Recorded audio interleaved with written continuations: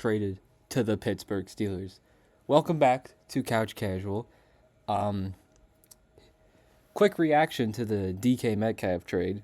There was all the reports of where he was going to go and the compensation. They initially, I think, wanted a first and a third. Seattle did, and they ended up settling for a second from Pittsburgh. I think Pittsburgh's second is 55 currently. So they basically get a top 50 pick for DK Metcalf, and Pittsburgh pays him. He just got his contract. They paid him a 5-year, $150 million contract with Pittsburgh. I think I saw that's the largest contract that they've ever given out. $50 million, $30 million a year. And this just happened. I love this it's a little expensive for Metcalf. He's been obviously very good. He's like 27. Okay, there's been more. The Steelers are sending Schefter just tweeted, the Steelers are sending a second-round pick to the Seahawks and flipping picks in the 6th and 7th. That doesn't really mean anything. It's mainly just a second for Metcalf. But for Pittsburgh's perspective, obviously we don't know who their quarterback's going to be. It could be Justin Fields. It could be Russell Wilson. I guess it could be like Aaron Rodgers. Who knows? And it's probably a little bit expensive for Metcalf, but I guess $30 million in like 5 years for a receiver is going to be nothing. I mean, I don't exactly know the money,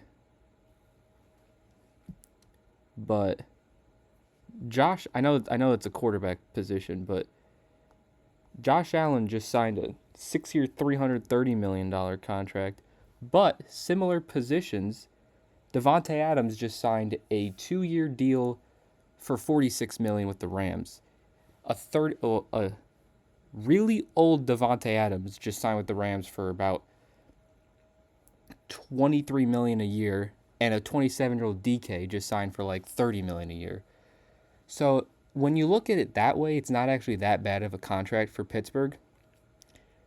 And you did give up a second, but you were able to keep your first, which they initially wanted. We knew no one was going to trade a first and a third for Metcalf, but you hang on to your first, you give up a second, which is like, I think like I said before, it's like 55 range-ish, somewhere around there.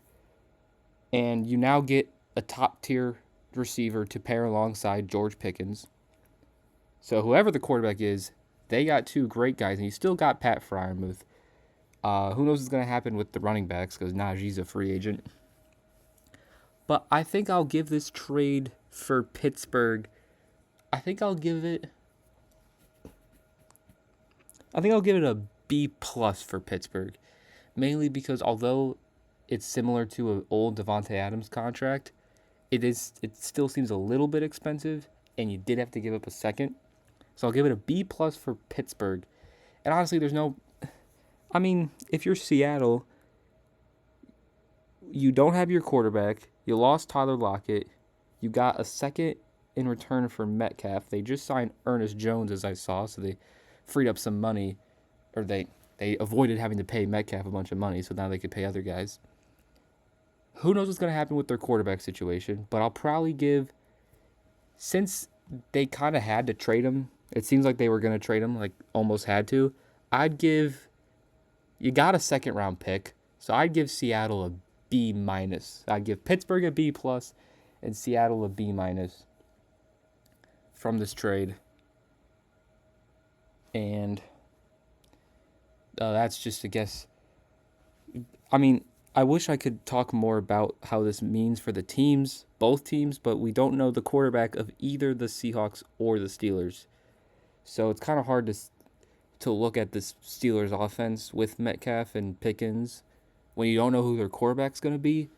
But you got two elite deep ball targets for whoever your quarterback is, and even Calvin Austin's a speed threat downfield. So I like this for Pittsburgh.